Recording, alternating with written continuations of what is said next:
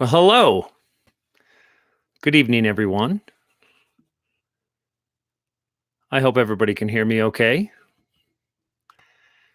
I wanted to give a quick update today on the Witness in the Desert. But first, I wanted to um, talk to everybody about a couple things that have been put on my heart because of things that I've seen, and and I think it's important that we discuss a few things and bring some things up that are highly appropriate for those within your group of understanding, the truth seekers of all, or the what I would say the truth knowers.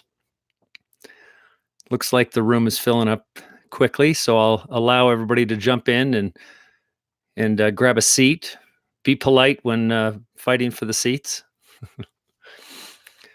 I hope everybody's had a wonderful weekend. First of all, I have had a very uh, busy 3 days, and I'm going to have an even busier 4 to 5 days coming up. I will be skipping Thanksgiving altogether, most likely. so I'll stop and have a Thanksgiving dinner with a family on the way up to the Navajo territories up in Monument Valley and the Valley of the Gods. So I have you like the feather? So thank you for Gordon for bringing me the owl's feather. And thank you, Crystal Keith. Good to see you. Lisa, Jason Grant, Chantel J, Aaron Shank, Critical Thinker 313, uh, Gerald Melrose, Shane LeBlanc, Greg Bauman, Amanda B, Paula Amons. Good to see you. The wonderful moderator, Paula. Lori Chavez, Jason, Sam City, Brittany Wolf. They're flying by. So I apologize if I can't find everybody. Sarah Lee Kittens, Vin Daniel, Lynn, Etressa. Good to see you, Etressa. Mrs. Light, Phimonic, Lori Posner, David Fernandez. Boy, very good to see everybody in here. Like I said, I wanted to just say that I pray that everybody had a wonderful, incredible weekend. I've had a very busy weekend, and so I just wanted to give you some of the updates. First of all, I've received a lot of people asking about the drone footage that I saw. I will not be publishing that because I would not put that person in jeopardy. And not only that, I can't publish it because I don't have it. I wouldn't want to even have something like that in my possession. He is going to try to figure out a way that he can publish it anonymously. And I've helped him figure out how he can do that and just given him some instructions. And so if he does publish something, it'll probably be up for a short period of time before it's taken down. But if that does happen, I will bring it to you. And I've received some interest of people wanting to know more about that footage from people like Richie from Boston, Richie from Boston Channel. So I'm after hearing from him, I've figured, I'd try to do what I could to get people to see it. But obviously, the gentleman, yeah, thanks, Jeff. It's a nice feather, right? Just this is an owl's feather that was given to me. So why only 38 likes?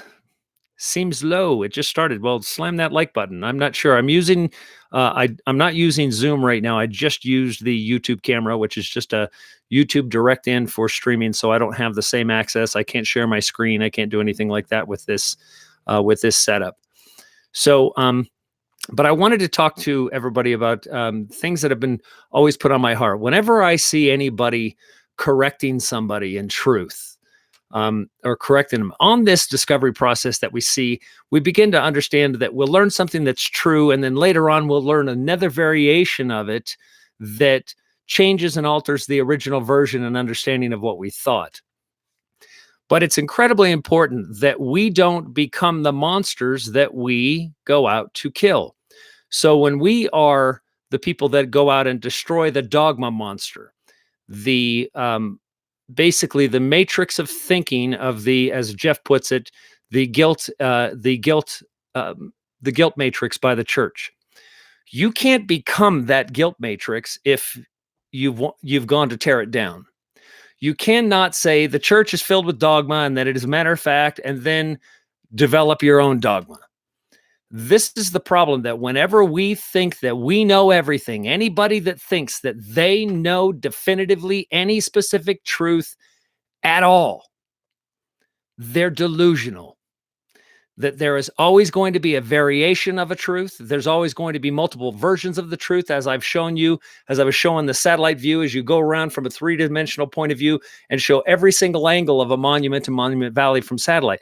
Every single angle, if a person was to describe what he was seeing, he'd be describing the same monument, but it would sound a whole lot different.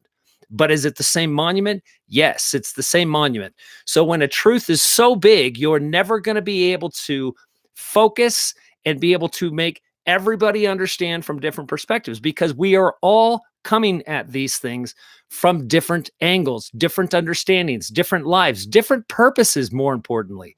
That your job, your purpose, you'll understand the things that are specific to your purpose. And ultimately, you don't want somebody telling you to think about it in a different way than your purpose, because then you might not be able to find your purpose in it. Do you see how that functions? So when anybody wants to exchange a dogma for the other, number one, good to see you, Relentless Mav. So whenever you want to exchange a dogma for another dogma, you just became the monster that you killed. So this is a very dangerous thing. Not only that, but why do you judge somebody? Why do you say to that person, no, you're wrong. That's not how it works. That's not what that means. What are you obtaining from that? Do you think that by you telling somebody that they're wrong, do you think that you're going to convince them? No, you're not.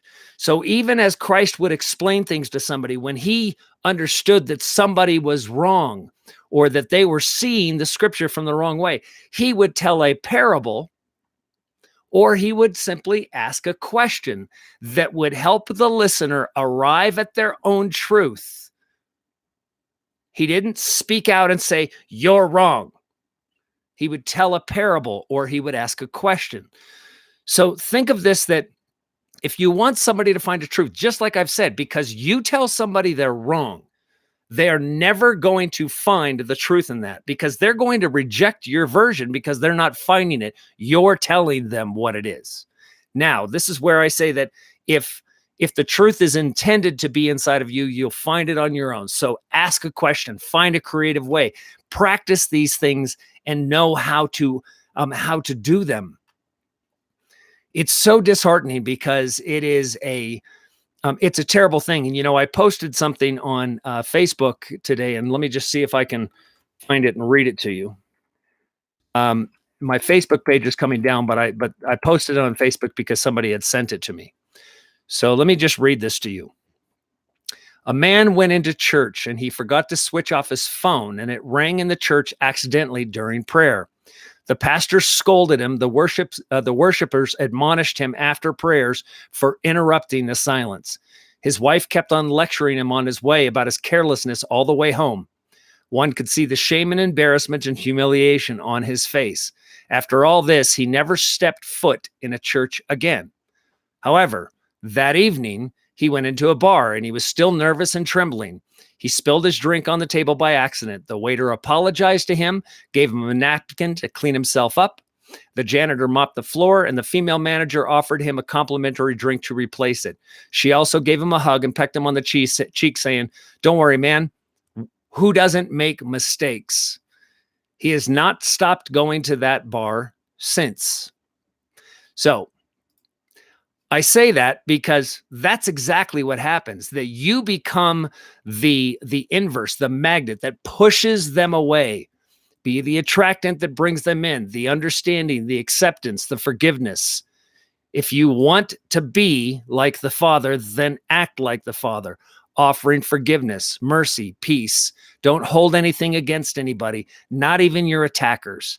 I don't hold anything against anyone ever, no matter how harshly they've attacked me. I've had people try to have me put back into prison for no reason with complete lies, I don't hold that against them. If they came to me and said, I'm sorry, I would say, you were already forgiven. I never held it against you. And I don't, because that just becomes a burden for me. Now I'm a debt holder. Who wants that? I'm sorry, but do you like debt? Do you think debt's fun in this world? It's not. Dump the debt. Stop holding things over, people, and do not exalt yourself, because I believe, trust me, you will be humbled. That's why it says those that exalt themselves will be humbled. If you think you know all the answers, the second you think you know all the answers, you're going to be struck and you will be humbled. Something will come up and you're going to recognize you didn't know anything at all. The only thing you knew was your arrogance. We all have it. That's the ego. Lose that thing. The ego's got nothing to do with anything good in you. So thanks, John, for saying, please hit the like button and share this video. So John, the Best Damn Podcast today, was talking about he was having difficult time raising some capital on his end. He's had some things come up, and for his way out to the desert, just going to let you know that thankfully John's funds were met. He got enough donations, so everything's good. So John, I will see you here, my friend. And so John will be there. Jeffrey Doherty from NCK will be there. Rex Bear will be there. Everything is going fine and smooth. Today, I received the satellite internet system. I spent the better part of the day assembling this. And actually, it only took me about 2 hours to assemble it. Yeah, Jeffrey, karma is only a bitch if you are. That's true. So it took me a few hours to assemble the satellite system today, but it took me the better part of the day to locate which satellite was going to have the best reception. So I need to provision and commission the system and activate it before I get up there. Then I'll just have to reposition the satellite and don't have to worry about having internet connections until I find that connection. So it was a requirement for me to get that done. That was quite a task. I still do not know how well it's going to work as far as live streaming. I know we will be able to upload without a problem. Live streaming is different because live streaming requires a lack of latency. And unfortunately, in satellite system, there is always a latency. And that latency varies. So it kind of messes with a constant stream. So I really need to be able to get up to the Navajo territory. And we have a donor that donated a beautiful Mercedes Sprinter van for me to use for the event. His name is Ed, and his wife, just wonderful people, and I cannot thank them enough. So I will be taking the satellite system up most likely tomorrow after it's provisioned here, because I will not be able to turn it on until tomorrow. And then I'll be taking that up and setting it up, and I'm going to try to do a test live stream to you right here on this channel to see if it works or not. We're going to know pretty quick. If it does not work, we will be relegated to uploads. So if we can do, I would say, lower resolution live streams, we will. It's my goal to be able to bring you content all day long while we're there. Now, I've spoken with the hosts up in Navajo territory, the Navajo family, the hosts today. I spoke to them. Terrific people. They compressed alfalfa packs is what they would like donated for people to bring those. Also bags of coal, real bags of coal. They use those in their heaters. A 4-way feed they're looking for. So I'm going to be arranging to bring some of those stuff up, and they can always use as many as anybody can bring. So when people want to be able to donate to the family, those are the things that they're requesting. When it comes to the Hopi, tobacco, sodas, and also any kind of sodas. For some reason, soda is quite popular amongst the tribes up there, the clans. So that, by way of update, I can tell you that it's the trip is, for many people, is definitely coming together quite well. When we do broadcast and we bring these videos to you live, I spoke to one of the guides today, and there are places that we're going to be going. We're going to be looking at the petroglyphs. We're going to go up into different areas. We have thermal imaging, forward-looking infrared camera. We've got different drones. We've got telephoto lenses. Rex has some pretty sweet camera gear he's also bringing. I've put together the camera packages for the different excursion crews. And the people that are going to be there while we're out on the excursions will be helping the family and that whole area work on making that property better. So this is a give and give back. So, they're going to be wonderful hosts for us. So we would like to give that back. On top of that, we have the Discord channel, which is really the place. If you're trying to come, then getting on the Discord channel is going to be the best. And after this video is re-uploaded, I will add a invite for Discord. So come back to it in about 15 minutes and there'll be an invite for Discord because I don't believe it's in there right now. You can also go back to the previous video that I had, and I believe there isn't a Discord invite that doesn't expire in either the last video or the video before that. But go ahead and click on those, sign up for the Discord server. There is amazing stuff in the voice chat in the Discord server. There's incredible conversations that go on. If you're going through the experiences of understanding these truths, of learning these things, and your journey, your path on finding yourself has been difficult, this place is going to make that a lot easier. I can tell you that everybody has an amazing story in there. There's testimonies. We've got channels in there where people sing and singing songs. We have people from all over the world. You'll hear lots of different accents, lots of different languages in there. It is a lot of fun. Now, and truly great fellowship. It kind of gives you a quick glimpse into what the event in the desert is going to be like.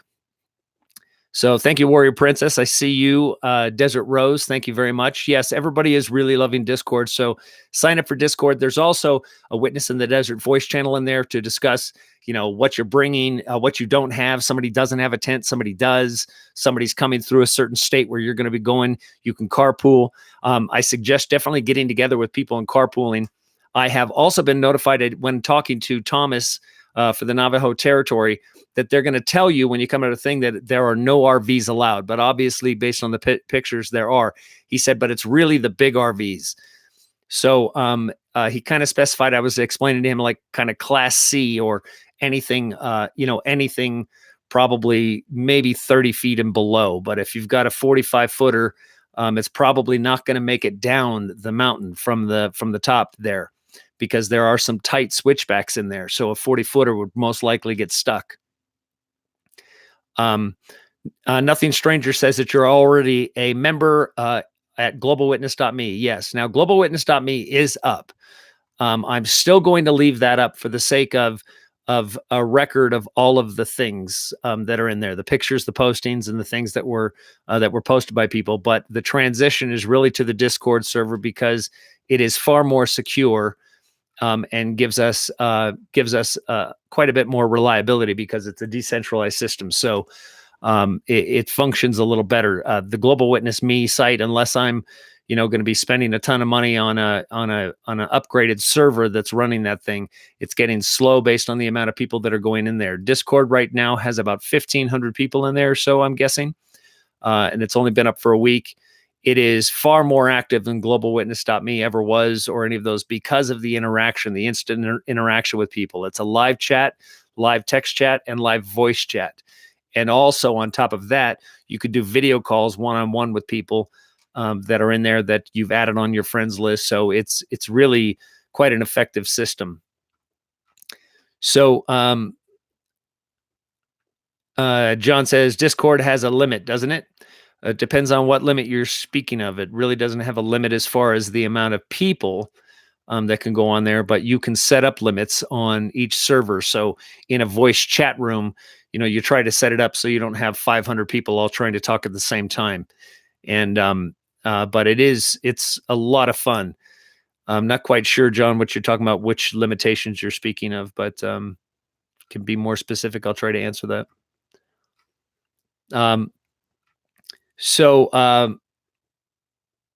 Oh, you say that John X Army filled his.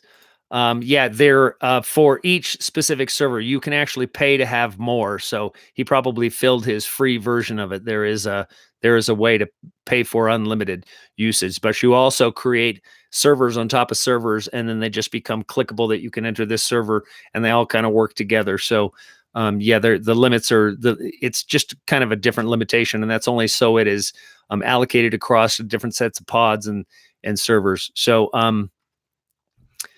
uh, just wanted to give this quick update. And like I said, the judgment and the correction of people was really, really on my heart because I've seen a lot of it, and it's very disheartening because it turns people away. They'll find their way. I found that as somebody has completely altered points of views or things that rub me the wrong way.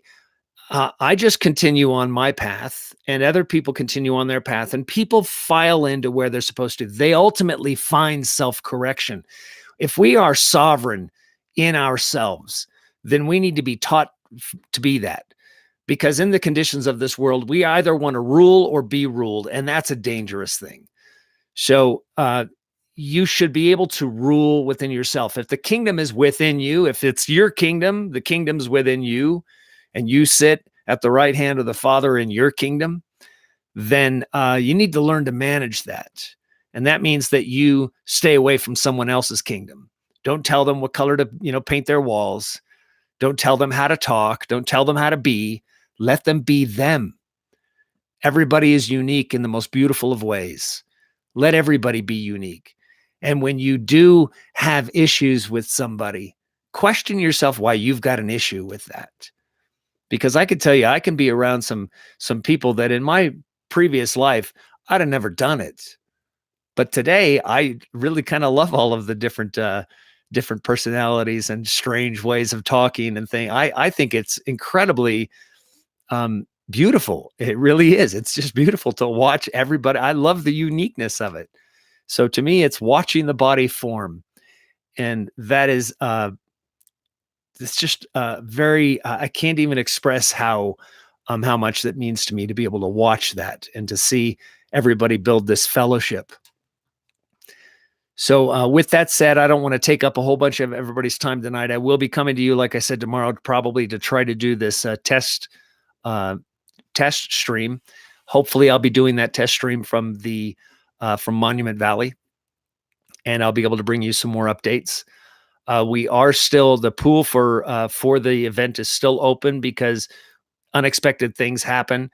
Like this satellite system, if this doesn't work, we might have to have a second one to, I don't know, maybe I can try to get a second one to increase the bandwidth. I'm not quite sure how this is going to work, but we'll figure it out. Whatever is supposed to happen will happen. I believe that this entire event is ordained. It was shown that it needed to happen. So here we are. I look forward to meeting everybody that is coming there. Lots of hugs and lots of fellowship, teaching, learning, discovering. I hope everyone has a great night, and I hope to see you tomorrow again, Father willing. Love you much.